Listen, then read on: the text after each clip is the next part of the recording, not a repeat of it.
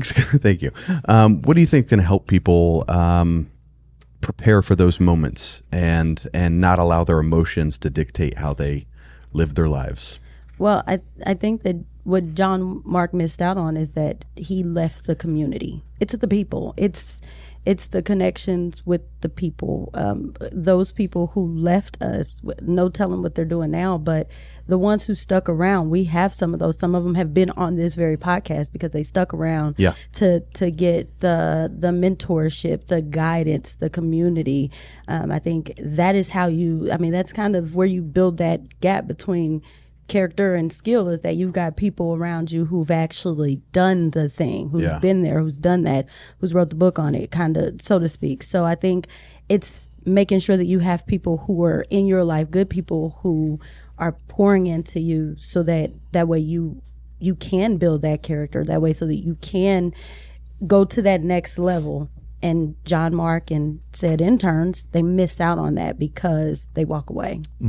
So you think, like, what if John Mark would have stayed with them? And maybe it's really whatever he was going through, whatever his disagreement was, whatever it may have been, you're suggesting maybe he should have toughed it out and just trusted in the shaping of God in that moment instead of reacting. Is that what you're saying? Absolutely. I mean, I think that's where a lot of us falter. I mean, I've been there where something is so hard that I don't want to, and I skip out on it. And guess what? I got to come back around to that eventually. Like, I'm not going to be able to skip out on it for long. Not if I want what God has for me. Eventually, I'm coming back around to it. Wouldn't it be so much easier if we just got it the first time, dealt with it the first time? That's good. And so I think it's one of those things where, yes, if we stick it out, because we're going to come back to it.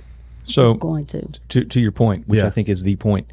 I referenced Acts 15, which we'll get to in a couple of weeks. But at the end of Acts 15, Paul and Barnabas, who've done this journey together, boy, they've been through so much together. I mean, Barnabas is the reason that Paul's in ministry. Paul was alone in Tarsus for 10 years. Barnabas goes and gets him when they have a need and drags him back into ministry. This sponsorship of Paul's failure of a life is only around because of Barnabas, and these two break up. And the reason they break up is because Barnabas grabs Mark and goes, let's give him another shot.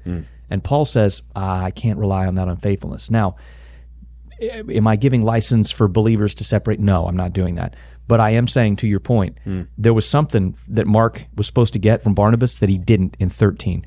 But apparently, if we read the end material and just read with a mirror, so if we read this in a mirror and look over our shoulder and go, okay, if you're saying that must mean this. Paul's epistles, and especially 2 Timothy, where he says, bring me Mark, I need him. Sticking close to Barnabas appears to have always been the plan.